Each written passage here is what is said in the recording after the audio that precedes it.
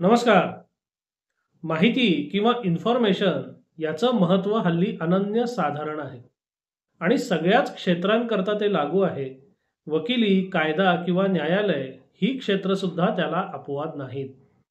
इथे सुद्धा तुम्हाला प्रभावीपणे काम करायचं असेल, तर विविध प्रकारची अद्ययावत माहिती तुमच्याकडे असणं आणि तुम्हाला ती योग्य वेळी प्राप्त करून घेता येणं, त्याचा वापर करता येणं, हे अत्यंत महत्त्वाचं आहे. मग तुम्ही समजा वकील असाल किंवा पक्षकार असाल आणि तुमची जी प्रकरणं चालू आहेत, त्याबद्दल तुम्हाला नेमकी, थोडक्यात आणि अद्ययावत माहिती लवकर कशी मिळवायची, या प्रश्नाचा सारासार विचार करायलाच लागतो.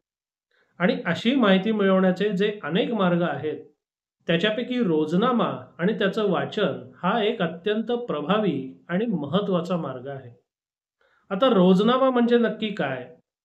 तर त्याच्या शब्दावरूनच आपल्याला कल्पना येते, की एखाद्या प्रकरणामध्ये रोज काय होतं, त्याची नोंद ज्यात ठेवली जाते, त्याला म्हणतात रोजनामा. पूर्वी हा हाताने लिहिला जात असायचा. अजूनही हा हाताने सुद्धा लिहिला जातो किंवा काही वेळेला प्रिंटआउट काढून त्या चिकटवल्या जातात. आणि आता जे आपल्याकडे डिजिटल क्रांती झालेली आहे, त्यामुळे बऱ्याचशा कोर्टांचे रोजनामे हे तुमच्या ॲपवर किंवा वेबसाईटवर सुद्धा उपलब्ध असतात. रोजनामा हा दावा दाखल झाल्यापासनं किंवा दावा पहिल्यांदा जेव्हा न्यायालयात येतो, तेव्हापासनं ठेवायला सुरुवात होते, ते त्याचा अंतिम निकाल जोवर लागतो, तोवर त्या रोजनाम्यामध्ये रोजच्या कामकाजाची नोंद करण्यात येते. आता यामध्ये कुठली महत्त्वाची माहिती असते? तर सगळ्यात पहिले असतं आजची तारीख. म्हणजे आज रोजी अमुक-अमुक दावा या न्यायालयात सुनावणीला होता. मग त्याच्यानंतर तिथे लिहिलेलं असतं, की आज काय झालं? बाबा अमुक-अमुक हजर किंवा अमुक-अमुक गैरहजर, अमुक-अमुकचा वकील हजर किंवा अमुक-अमुकचा वकील गैरहजर. म्हणजे पक्षकारांची आणि त्यांच्या वकिलांची हजेरी आणि गैरहजेरी या रोजनाम्यामध्ये नोंदवण्यात येते. त्याच्यानंतर त्या प्रकरणामध्ये नक्की काय झालं, ते नोंदवण्यात येतं. म्हणजे कोणी अर्ज दिला का? आज प्रकरण कशाकरता आहे? युक्तिवादाकरता आहे का अर्जाकरता आहे? का एखाद्या अर्जावर जबाब देण्याकरता आहे? का स्टेप्स घेण्याकरता आहे? आता स्टेप्स घेणं हा एक अत्यंत महत्त्वाचा मुद्दा आहे. काही वेळेला असतं काय, की एखाद्या न्यायालयाच्या एखाद्या प्रकरणात असं असतं, की त्यामध्ये वादी किंवा प्रतिवादी, अपीलार्थी किंवा सामनेवाले यापैकी कोणीतरी कुठल्यातरी गोष्टीची पूर्तता करणं गरजेचं असतं. अशा वेळेला त्या रोजनाम्यामध्ये पूर्तता किंवा स्टेप्स असं लिहिलं जातं. आता ह्या स्टेप्स अनंत प्रकारच्या असू शकतात. जबाब देणं असू शकेल, दावा दुरुस्ती दाखल करणं असू शकेल, समन्सची बजावणी करणं असू शकेल. म्हणजे थोडक्यात एखाद्या पक्षकाराने एखादी गोष्ट करणं जेव्हा अभिप्रेत असतं किंवा अपेक्षित असतं, ती गोष्ट करण्याकरता पूर्तता किंवा स्टेप्स असं लिहिण्यात येतं. काही वेळेला एखादं प्रकरण युक्तिवादाकरता असतं, तर युक्तिवाद असं लिहिण्यात येतं. काही वेळेला एखाद्या प्रकरणात न्यायालयाकडनं आदेश करायचा असतो, तर तसं लिहिण्यात येतं. म्हणजे पहिल्यांदा दिनांक, दुसऱ्या कॉलममध्ये आज कोण हजर होतं, कोण गैरहजर होतं, आज दावा कशाकरता आहे आणि आज काय काय झालं. आणि त्याच्यानंतर सगळ्यात महत्त्वाचं म्हणजे पुढची तारीख देण्यात येते आणि ती कशाकरता आहे ते नोंदवण्यात येतं. आणि मग परत पुढच्या तारखेला हाच फॉर्म्युला किंवा हीच पद्धत वापरण्यात येते. म्हणजे तुम्ही जर रोजनामा एखाद्या प्रकरणाचा बघितलात आणि सुरुवातीपासून चाळत गेलात, तर एखाद्या दाव्यामध्ये पहिल्या दिनांकापासून आजपर्यंत काय काय होत गेलं, याची तुम्हाला अगदी थोडक्यात आणि महत्त्वाची माहिती पटकन मिळते. कारण दावे जसे वाढत जातात, दाव्याचा कालावधी जसा वाढत जातो, तसे दाव्याच्या कागदपत्रांची संख्या मोठी होते, एवढ्या-एवढ्या फाईल होतात. मग तुम्ही सगळी फाईल जर चाळायचं ठरवलं, तर ते बरेचदा शक्य नसतं किंवा त्याच्याकरता फार वेळ आणि मेहनत लागते. त्याच्यापेक्षा तुम्ही जर रोजनामा वाचलात, रोजनामा समजून घेतलात, तर त्या एवढ्या मोठ्या फाईलमध्ये नक्की काय-काय आहे, त्याची थोडक्यात माहिती तुम्हाला अगदी नेमकेपणाने कळते. बरं त्या रोजनाम्यामध्ये प्रत्येकाचे निशाणी क्रमांक सुद्धा लिहिलेले असतात.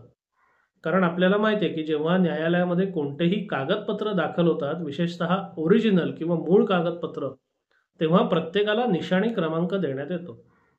उदाहरणार्थ अमुक-अमुक अर्ज एखाद्याने केला, तर त्याला एक निशाणी क्रमांक देण्यात येतो. त्या अर्जाला एखाद्याने जबाब दिला, तर त्याला स्वतंत्र निशाणी क्रमांक देण्यात येतो. मग तुम्हाला समजा एखादा विवक्षित अर्ज, एखादा विवक्षित जबाब किंवा एखादा विवक्षित कागद बघायचा असेल, तर त्याच्याकरता ती दाव्याची अख्खी फाईल चाळायची गरज नाही. तुम्ही तो रोजनामा वाचलात आणि त्या रोजनाम्यामध्ये तुम्हाला जर दिसलं की आपल्याला हवा असलेला कागद अमुक अमुक तारखेला दाखल झालाय आणि त्याचा निशाणी क्रमांक अमुक अमुक दिलेला आहे, हे एकदा तुम्हाला कळलं की तुम्ही त्या अख्ख्या दाव्याच्या फाईलमधला तो कागद नेमकेपणाने पटकन शोधू शकता आणि याचा व्यावसायिक जीवनामध्ये चिकार उपयोग होतो. रोजनामा वाचणं ही एक कला आहे आणि ती प्रत्येक वकिलांनी अंगीकारलीच पाहिजे. कारण तुम्हाला जर रोजनामा वाचता येत नसेल, रोजनाम्याचा अर्थ लावता येत नसेल, तर तुमचा बराचसा काळ हा बिनमहत्त्वाच्या कामांमध्ये किंवा बिनमहत्त्वाचे कागदपत्र शोधण्यात आणि चाळण्यात वाया जातो. विशेषतः जेव्हा तुम्ही एखाद्या प्रकरणात नव्यानेच दाखल होत असता किंवा एखाद्या वकिलाकडनं तुमच्याकडे नवीन फाईल येते किंवा एखाद्या दाव्यामध्ये तुम्ही फार उशिरा हजर होता, तेव्हा आजपर्यंत काय काय झालं याची इत्थंभूत माहिती तुम्हाला जर हवी असेल, तर त्याच्याकरता रोजनामा वाचणं हा एक अतिशय उत्तम आणि प्रभावी उपाय आहे. कारण बरेचदा होतं काय की तुम्ही जेव्हा उशिरा हजर होता तेव्हा तुम्हाला तुमच्या पक्षकाराकडनं जी माहिती दिली जाते ती काही वेळेला त्रोटक आणि अर्धवट असते. बाबा आजपर्यंत दाव्यात काय काय झालंय, तर तो 4 गोष्टी सांगतो, बाबा अमुक अमुक अमुक अमुक झालेलं आहे.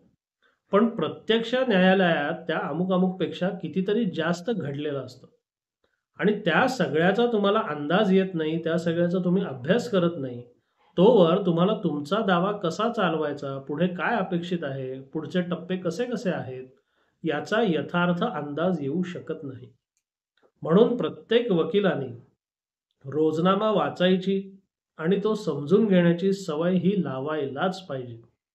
आणि हे तुमच्या दीर्घकालीन व्यावसायिक आयुष्याकरता किंवा व्यावसायिक भविष्याकरता अत्यंत महत्त्वाचं आहे. आता तर हे रोजनामे बरेचसे आपल्या ई-कोर्ट ॲपवर आणि वेबसाईटवर अवेलेबल आहेत.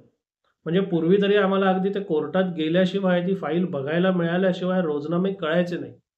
पण आता तुम्ही कॉम्प्युटरवर किंवा तुमच्या हातातल्या स्मार्टफोनवर रोजनामे बघू शकता. विशेषतः जे नवोदित वकील आहेत त्यांनी स्वतःच्या प्रकरणांमधले रोजनामे तर वाचावेच, पण त्याशिवाय इतरही रोजनामे तुम्ही वाचू शकता. आजची जी सगळी प्रकरणं होती ती आता पब्लिक डोमेनमध्ये आहेत, तुम्हाला बघायला उपलब्ध आहेत.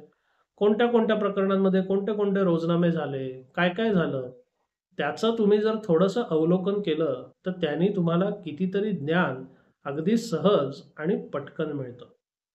थोडक्यात काय, आपल्याला न्यायालयामध्ये जर प्रभावीपणे काम करायचं असेल तर ज्या अनेक गोष्टी माहिती असायला हव्यात त्या गोष्टी माहीत करून घेण्याचा रोजनामा वाचन हा एक अतिशय उत्तम आणि सोपा मार्ग आहे. म्हणून जेव्हा तुम्ही तुमच्या वकिलीची सुरुवात करत असाल किंवा तुम्ही तुमच्या वकिलीची सुरुवात केली असेल, तर रोजनामा वाचन हा तुमच्या व्यावसायिक जीवनाचा अविभाज्य भाग बनवा. तो तुम्हाला दीर्घकालीन आणि सततचे फायदे कायमच देत राहील. म्हणून रोजनामे वाचा, ते समजून घ्या. त्याबद्दल काही शंका आली तर तुमचे वरिष्ठ किंवा कायदेशीर सल्लागार किंवा आपल्या या व्हिडिओच्या कमेंट्समध्ये टाका. अशा जितक्या शंका येतील त्यापैकी जास्तीत जास्त शंकांना उत्तरं देण्याचा आपण प्रामाणिक प्रयत्न नेहमीच करू. धन्यवाद.